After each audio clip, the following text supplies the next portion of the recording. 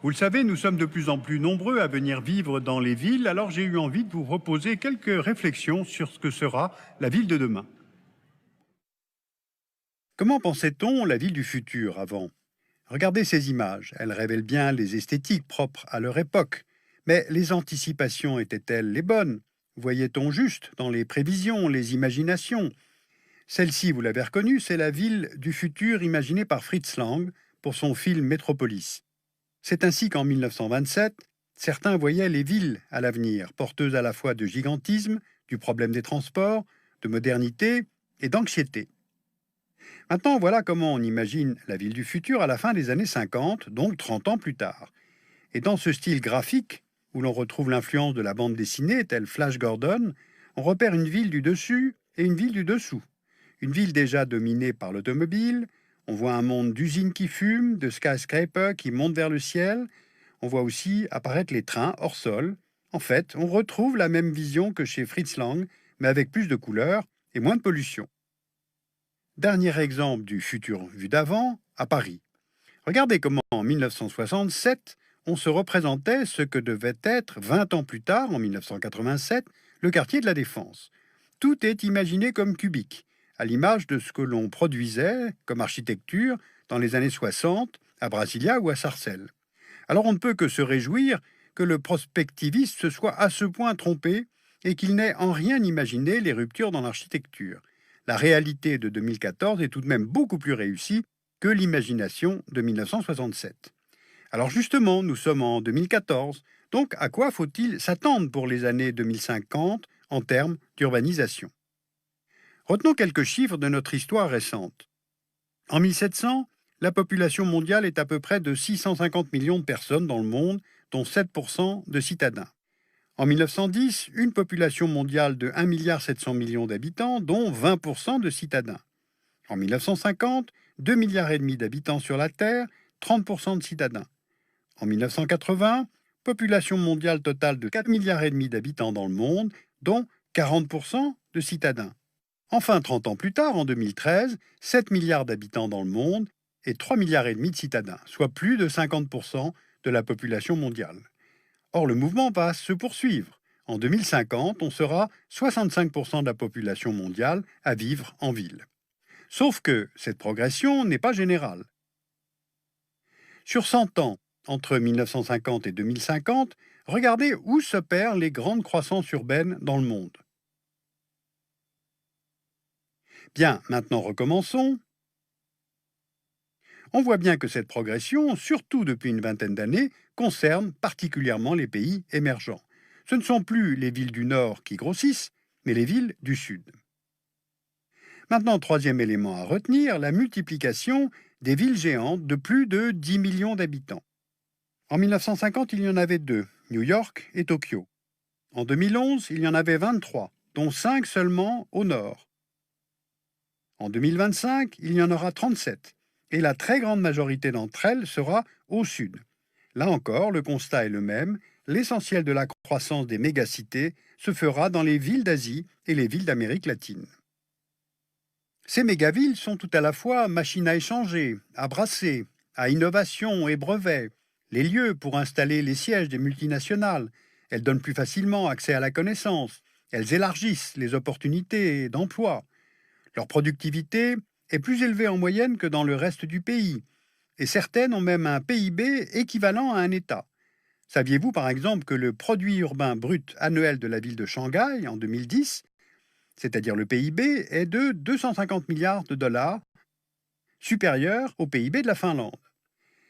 Les mégacités sont donc d'énormes machines économiques. Donc en termes d'évolution des produits urbains bruts, à quoi faut-il s'attendre là aussi? Nous allons vous montrer les 75 villes les plus dynamiques en termes de croissance de produits urbains bruts entre 2010 et 2025. Les villes en jaune sur la carte sont celles qui ont jusqu'à présent produit le plus de richesses, mais dont la croissance sera assez faible les 10 prochaines années. Il s'agit de Tokyo, New York, Los Angeles, Londres, Paris.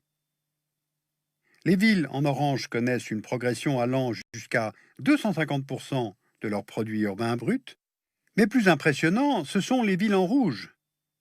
Sur les côtes chinoises, la croissance du PUB pourrait atteindre 400%, et à l'intérieur du pays, ce chiffre pourrait dépasser les 400%. Alors les économistes se demandent toujours si l'urbanisation est facteur d'élévation du niveau de vie, ou si c'est l'élévation du niveau de vie qui entraîne l'urbanisation. En tout cas, il y a corrélation entre les deux, et de plus, il y a synergie entre ville et mondialisation, qu'on en juge maintenant par les réseaux. Sur notre carte des 75 villes les plus dynamiques en 2025, on applique le réseau mondial actuel des câbles sous-marins. Tout part des villes et des villes portuaires, et tout arrive dans les villes. Ce sont les câbles qui permettent les transferts de communication et de données. Et à partir de cette carte des câbles, on peut même ajouter la représentation des flux Internet aujourd'hui, illustrant les relations économiques intercités et inter-États. Mais avant ces réseaux virtuels, il y a les réseaux réels, car ces villes sont les portes ouvertes pour les circulations des hommes et des marchandises, et pas seulement celles des données. Prenons les villes aéroports. Voici les 30 villes qui regroupent les 30 plus grands aéroports mondiaux. Là se superposent tout à la fois le plus d'arrivées internationales et le plus grand nombre de passagers nationaux. C'est le cas pour Londres, Paris, New York, Hong Kong, Singapour, Bangkok. Ce sont des plateformes aéroportuaires pour les affaires, mais aussi pour les touristes. Les États-Unis placent 12 de leurs aéroports parmi les 30 premiers mondiaux, et la première place revient à l'aéroport d'Atlanta. Mais Atlanta est avant tout un hub aéroportuaire national, incontournable aux États-Unis. Le deuxième aéroport mondial en termes de fréquentation est désormais Pékin. Mais en fait, comme Atlanta pour les Américains, Pékin est avant tout utilisé par les Chinois.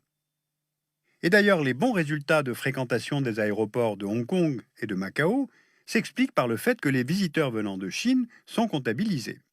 Et maintenant, les aéroports continuent de se multiplier en Chine ou de se rénover. La compétition est donc très grande entre régions urbaines. Compétition par le nombre d'habitants, compétition économique, compétition en termes d'image pour l'attraction touristique. Or, cette compétition multiforme se joue maintenant sur d'autres tableaux. Car la ville du futur, ce n'est plus le nombre d'habitants qui fait poids, qui fait la masse, tel New York, Londres, Tokyo, ni la course à la première place au palmarès économique mondial. Car l'autre phase de la ville, le prix à payer, c'est la pollution. Regardez ce planisphère édité par l'Organisation mondiale de la santé. Il positionne par ville le niveau de concentration de particules fines en microgrammes par mètre cube. En vert, un niveau inférieur ou égal à la norme fixée par l'OMS, donc des villes plutôt propres. En jaune, orange, rouge, celles dont le niveau dépasse ces normes, avec des temps de transport interminables, l'air au sens propre du terme irrespirable du fait du niveau de la pollution. Car on le sait, il y a un lien direct entre dynamisme économique et émission de particules fines dangereuses pour les poumons. De nombreux facteurs jouent, utilisation des centrales à charbon, véhicules privés ou publics circulant au diesel, et dès lors, la démonstration se ferme comme une boucle. Suivez le raisonnement. Au moins une personne sur deux vit en ville dans le monde. Ensuite, l'essentiel de la production de richesse vient des agglomérations urbaines. Troisièmement, cette production s'appuie sur les énergies fossiles pour le chauffage et les transports. Et les émissions produites agressent la santé des gens qui y vivent, soit des centaines de millions de personnes à travers le monde. Et le coût global en termes de santé publique est considérable. Donc les villes sont en première ligne pour la transition énergétique. Cette transition impose de sortir des énergies carbonées, sortir de la surdensité automobile en termes de transport individuel, et enfin sortir du produit urbain brut en croissance à tout prix et quel que soit le prix. Aujourd'hui, il y a prise en compte de la vivabilité de la ville par l'intelligence de celle-ci. Je voudrais donc terminer par un exemple positif de fonctionnement dans le futur pour une ville actuelle. L'aire urbaine de Grenoble compte environ 700 000 habitants. Et par sa position géographique, en France, elle est un nœud transit entre le nord et le sud de l'Europe. Et par ailleurs, elle étouffe, car elle est enserrée en cuvette, au croisement de trois massifs, celui de la Chartreuse, celui de Beldonne et celui du Vercors. Alors le groupe Eiffage, par son laboratoire de recherche, Phosphore, a conçu un mode de transport urbain, le modulaire. Il combine sans rupture de charge, pour le passager ou pour le fret, le tram en terrain plat et le téléphérique en terrain accidenté. Le câble est une technique de transport particulièrement sûre et déjà très utilisée dans de nombreuses villes dans le monde. Alors on retrouve curieusement le même paysage urbain que celui imaginé dans les années 50, mais il est plus propre, moins de voitures, plus de transports collectifs et une nature qui revient, pas seulement pour faire vendre, mais aussi pour arriver à vivre en ville. Ce qu'il y a d'intéressant dans ce projet à Grenoble, c'est qu'on voit bien que les ingénieurs et les urbanistes cherchent à penser les ruptures plutôt que penser seulement les continuités. Plusieurs villes mondiales sont déjà en réinvention.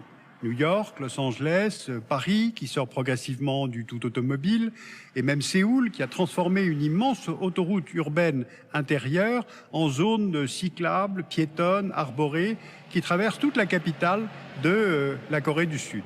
En fait, les villes sont beaucoup plus volontaristes et concrètes que les États en matière de lutte contre le changement climatique. D'abord parce qu'elles sont en première ligne face à ce qu'on appelle la transition énergétique, et puis peut-être aussi parce que ce serait la bonne échelle pour piloter les innovations et les changements. Je vous conseille de lire 2 livres de Jean Hedgens, Les villes au secours de l'État chez FIP Éditions, et puis Ces villes qui inventent l'urbanisme du XXIe siècle aux éditions de l'Aube, et puis la nouvelle revue de géopolitique qui consacre en 2014 tout un dossier à La guerre des villes a déjà commencé.